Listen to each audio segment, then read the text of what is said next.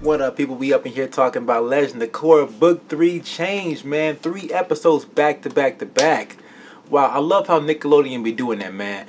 So, this came out of nowhere for me. I didn't know Legend of Korra was coming up. I just found out about this on Tuesday. Watch a couple, trailers, and now I'm hype as hell. Alright, so the first 3 episodes, they were really good, man. I really don't have anything. I got a couple nitpicky things. So I was like, hey, what's up with that? But I'll talk about that a little bit later. Let's go ahead and just get onto the story and what's going on in the Avatar universe. All right.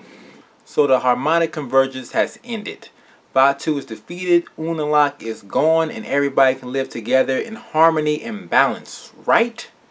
Wrong, alright? That is not how it plays out, man. Everything has repercussions, and this is no different. So, in my mind, before seeing this, I thought that the spirit world was going to have their own separate area, and the humans would have their own separate area.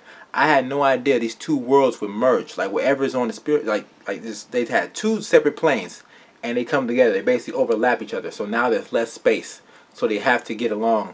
They have no choice. So that is interesting that they chose to go that route with this.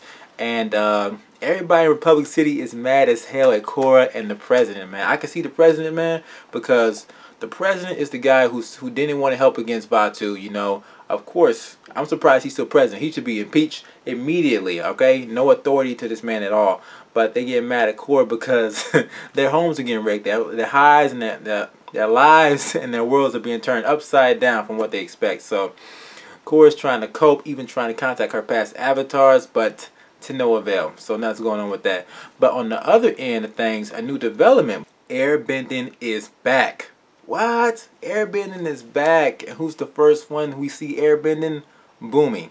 Boomy of all people. He lucky he got airbending because his face would be a crater otherwise. I mean, what was he doing? Chasing around the spirit, climbing on trees and stuff? I mean, how old are you, Boomy? Come on, really?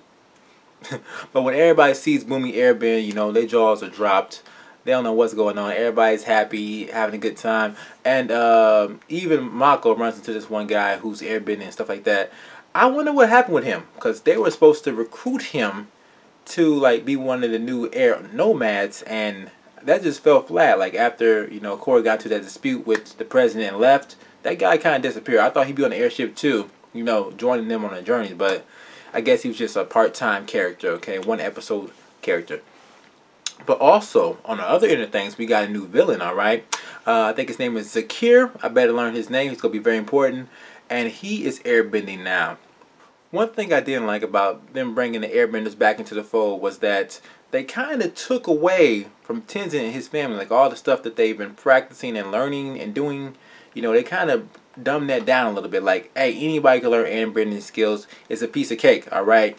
And because we got this guy, Zakir, who's been locked into prison. Probably just got airbending a couple days ago, and he seems to be a high-level master at it already, defeating well-trained benders, other benders, in groups.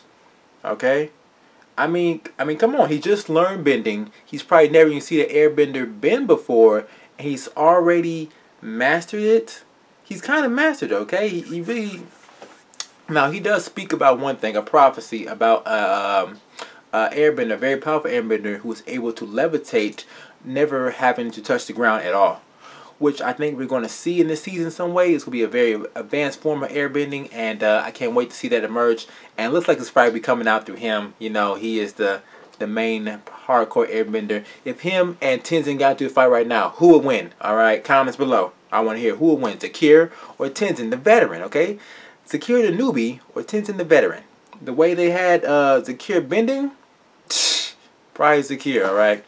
But yo, on to the next episode. We get the group of Aang and, not Aang, what I'm talking about, Korra and her gang traveling, trying to recruit more airbenders, and it is just not going well at all, alright? Tenzin is, you don't know how to hype things up, man. He's making it like he's taking them to slavery, okay? You're going to lose your family. You're going to lose your worldly possessions. You're going to lose your diet, okay? The way you eat. No, we can't do that no more. Tenzin needs to, that old way of life is dead, okay? These are people already with established lives. You can't just take them out of that. And, Korra even tries to spice it up a little bit, and even her attempt fails, okay?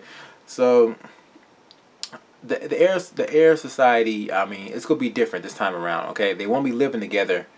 That's for sure. But I mean, what I think they need to do is probably have a separate area for them, not have all those rules and restrictions like Tenzin's trying to do. Okay, because he's trying to enforce a religion on these people, and I don't think that's a good idea. So just having their own separate area. Bring your families. Bring everything you have. We're gonna hook it up. So Korra and Tenzin, they need to hook up a area. I mean everything. I mean lush fields, grass, green pastures. Just find a nice area for them airbenders to be, and then they could cook it. And then, you know, first generations, we'd be good. But yo, we pick up a new character, Kai, who's an airbender slash thief, and you know I like him, man. I like him. He's kind of OP too. I mean, for a person who just learned airbending, he's already like really good at it. So I mean, look like the criminal airbenders are just like A plus. Like they just know how to control everything and do everything like properly. So you know, it is what it is. But Kai, I like him. He's a thief. He can't be trusted, really. He'll say anything to get in the situation. And but by the end of all these episodes, in episode 3, he's in a tight spot though. So I think he's going to conform. Look like him and Janora is going to be forming some type of relationship because she's you know, she's blushing over him and stuff like that. So Janora, I think Janora's going to open her eyes and be like, man, you know, Kai, I really don't like all the stuff you're doing, man. I thought you were cool. I thought I liked you, but you know, I don't like you no more. And then I think that's going to be the thing that's going to push him to become more of a good person and try to do good things for the future. But yo, Kai got it going on. Ba Sing Se would have been his oyster if the Dai Ling weren't after him. Okay, and moving on to Ba Sing Se and to the 3rd episode. Wait, first off, I forgot to say Zuko. Zuko is back. What? Oh, Zuko is hell, man. I think he got the same voice actor as what's his name, man? Aang's mentor, the Fire Lord, the Fire Dude, the Fire Avatar before Aang. He got the same voice as him. Oh my God, I don't know no names. Sorry about that. But yo, man, it was good to see Zuko. And Zuko, he came in like a beast and he left like a beast. I mean, on a freaking dragon. Really, can you ask for a better outro than that? So yo, moving on. Zakir is breaking out all of his friends, man. And all of his friends are advanced benders, okay? Zuko gives the warning, you know, he's like, okay, all these benders separately can take out, you know, legions. Together, they'll be damn near unstoppable. Alright, so I wonder how Zakir, what was his specialty? What was he really good at before airbending? Because I don't see it. They had him in a very high grade cell, and for what purpose? I mean, he's just a regular human with no bending. Why you got him locked up like this? What was he good at? So I really am interested to see his backstory and what he was in trouble for. So yeah, he's affiliated with some very high level benders. I wonder how that happened too. A dude with no powers ends up with these guys. So essentially, it looks like we're going to have the reverse Avatar team. Everybody got their own bending powers, but they're all evil and very powerful. And then we got the Avatar in their team.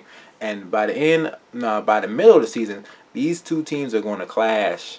It's going to clash. It's going to be epic. Korra and her team will get her butt. They will get their butt whooped. They will get their butt whooped. Because it will come out of nowhere. They ain't going to expect it. But then they're going to come back with a full force and get them.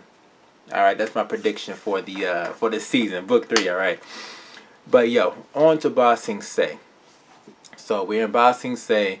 They're looking for airbenders. And Korra, you know, she gets aligned with the Earth Queen, who is a really, like, a bee. You know, I don't want to say that on here. You know, this is a teen show.